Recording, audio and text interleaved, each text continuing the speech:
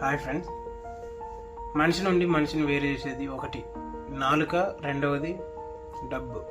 ఈ నాలుక చాలా పవర్ఫుల్.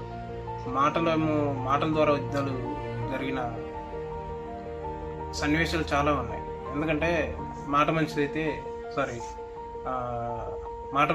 ఊరు మంచిదైతే అనేది సామెత ఉంటుంది కదా, అట్లుంటుంది. రెండవది డబ్బు. వాడికి ఆ డబ్బు మీదనే జీవితం కలిగిస్తాడు. ఆ డబ్బు ఉంటే చాలనుకుంటాడు. ఏమన్నా ప్రాబ్లం వచ్చినా ఏదన్నా వచ్చినా కానీ ఆ డబ్బు నోట్ల మీదనే నడిపిద్దాం అనుకుంటాడు. కానీ బైబిల్ అట్లా చెప్పలేదు. బైబిల్ ఏమని చెప్పిందంటే ఆ రెండు ఉంటే మనిషి వినాశనానికి దారి తీస్తుందని చెప్పింది. అది బైబిల్ కొన్ని వచనాలలో చెప్పింది. అది నేను డిస్ప్లే చేస్తా, చూడండి. ఎందుకంటే మనిషి నాలుక ఎంత పవర్ఫుల్ అంటే మనిషి ఒక మాట ద్వారా యుద్ధాలు చేస్తాడు. అదే డబ్బు బంధాలని బంధుత్వాన్ని వేరు చేస్తాడు. సో మనకి డబ్బు ప్రిఫరెన్స్ చేయకుండా మాట మంచిగా ఉంది, మాట మంచితనమే